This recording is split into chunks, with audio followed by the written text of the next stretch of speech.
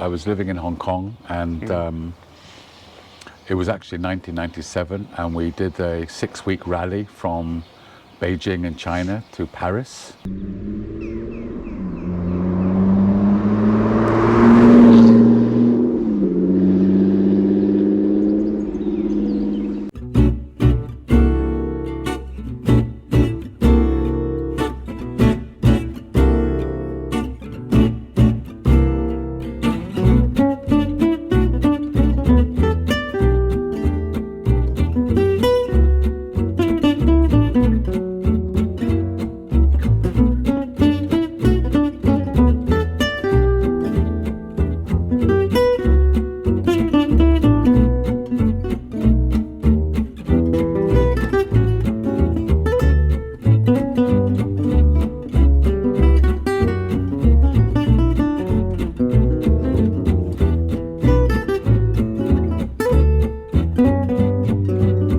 Absolutely fantastic. That was. It's quite good steak, yeah. Incredible.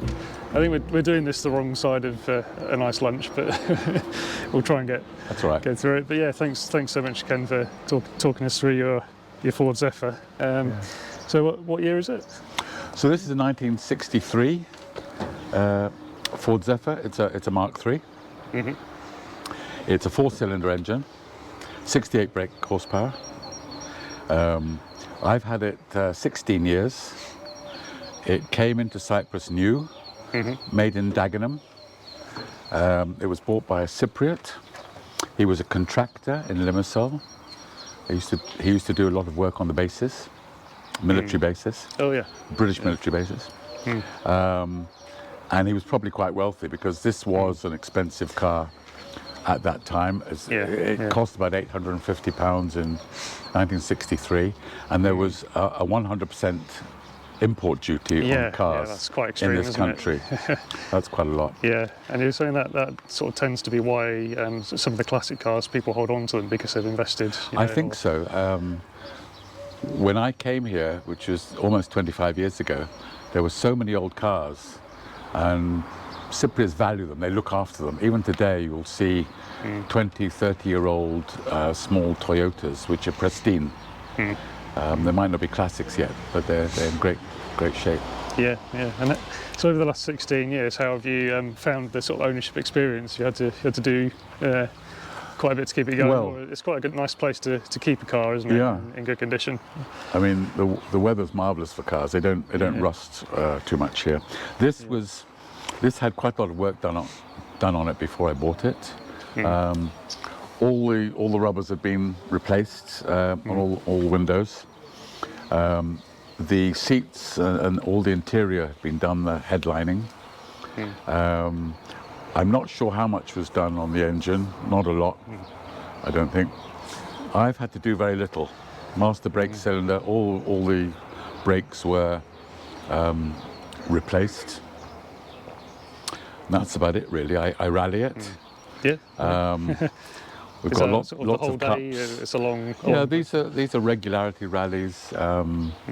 4 to 5 hours with 6-8 sections, timing, either now using rally apps or using stopwatches and speed tables and so on. It's not a great car for rallying, honestly, because it's a bit sluggish up the hills. And it's a 1700 engine, but it's quite slow. Hasn't got good acceleration. No, yeah. Well, but it's a lovely car. I love it, and as far as I'm aware, it's the only moving Ford Zephyr in Cyprus at the moment. Well, and there seems to be, the club is all about preserving the history, but also still enjoying them. Yes. And you certainly enjoy your cars. You were telling me about the Peking to Paris trip as well. That's it was quite a big feat, isn't it? That was some years ago. Not in this, but in not in this car. But I was living in Hong Kong, and it was actually 1997, and we did a 6-week rally from Beijing in China to Paris. It was 6 weeks, 12,000 miles, and we did it in a 1947 Buick. It was called a Buick 8 Sedanette. It was a 2-door, 4-litre, straight 8 engine, 3-speed gearbox, lovely car, a lot of acceleration. It was more like a tractor when you went through the rough stuff, and we had big, large van tyres on it, and good mud grips. So that was fun. But we had, unfortunately, a lot of problems with the engine. We had oil leaks and so on, and as a result of that, we had to go slow, and we didn't do very well. But it was fun. Well, that's the point, isn't it? And straight 8, and it must be quite a torquey thing to. A lot of torque. Yeah. And it's now in a museum, is it? Yeah. So after that rally, it was bought by a collector of Buicks and donated to the Buick Museum, which is in Flint, in Michigan, in the US, where in fact the Buick had been built. Oh, nice. Yeah. So it went full circle. So it's there. Unfortunately, we haven't been to see it yet, but we'll get round to that sometime, I hope. Yeah. Nice. Well, if I'm ever over that way, I'll try and find it. And, But it's got a big number 25 on the side. So, all right. That was the first Peking to Paris rally. They have them about every 2 or 3 years. The one I did went through China, through Tibet, into Nepal, India, Pakistan, Afghanistan, through. You can't do that now. Now it goes up through China and through Russia. And even then, I guess Russia is getting difficult. Yeah, definitely. But you've done some amazing trips, and any sort of future plans for this? I suppose on the island, there's a few events going on, isn't there? But we've got regular events in the club, and we take it out. My daughter's been navigating for me, and she enjoys that.